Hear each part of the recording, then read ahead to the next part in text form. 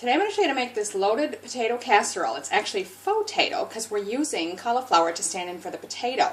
And unlike what you might normally just put in a twice-baked potato type recipe, it's also got ground beef in it to make it a complete meal. Okay, so what you're going to need is 1/2 of a large head of cauliflower that's cut into medium chunks, it says. I just took that to mean like, I don't know, a little bigger than bite size. There may be about 1-inch size chunks. Then you're going to need 4 ounces of bacon chopped up. That would be about 113 grams. 1½ cups of, you can use green onion, regular onion if you have it on hand, or I've got a leek that's chopped up. 1 pound, or about 500 grams, of ground beef or pork mince.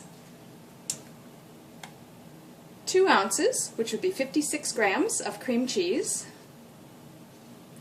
1/2 cup of sour cream.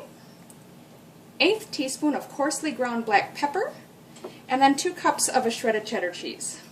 So the first step is that you want to either steam or boil your cauliflower just until it's fork tender, so you can just get your fork pierced into it easily. You don't want it turning to mush. So I've got my oven preheating to 350 Fahrenheit, which would be about 180 Celsius, and I've got a large frying pan over medium-high heat. So to that, we're going to add our diced bacon and the onion, green onion or leek, whatever you're using. And we're going to cook those and stir them for a few minutes till your onion starts to get translucent a little bit. And then we'll add the mix. So the leek is starting to get tender, and my little bits of bacon are actually starting to pop. So it's ready to do the next step, which is to add that 1/8 teaspoon of freshly ground black pepper and stir that in. Now I'm just going to add that ground beef and start breaking it up and cook till it's well browned. So this has been going for about 10 minutes, and I can easily pierce them with a fork now, but they're not mushy. So I'm going to go ahead and drain this and set it aside. Now that's looking really good. You can see little pink bits, but that's actually the bacon. The beef is actually well browned, so that's good. I'm just going to remove that from heat. So if you have a lot of grease, feel free to drain it. There's not that much here, so I'm not going to worry about it. So the next step is to add your cream cheese.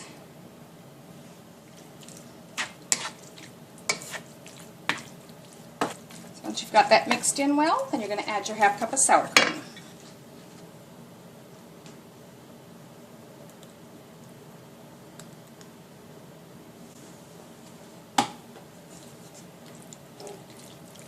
Stir that through as well until it's well blended. So now we're going to stir in the well-drained cauliflower.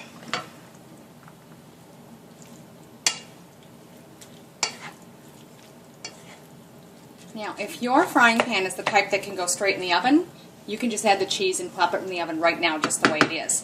Mine doesn't, so I have prepared a rectangular casserole dish that I've lightly coated with nonstick spray, so I'm going to transfer it in there right now. So I'm just going to spread that out evenly. Try not to have all the cauliflower lumps in one spot. Just rearrange a little bit if you need to. Now we'll just top it with the cheese.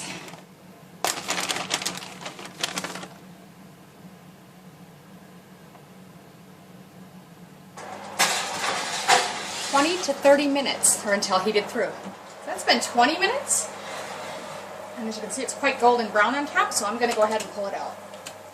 So that's still quite hot and bubbly. I'm just going to let that sit for a couple minutes before I plate it up. So there you have it, loaded potato, or actually faux potato casserole. It's kind of like a loaded baked potato, but made with cauliflower instead of potato, and it's really good.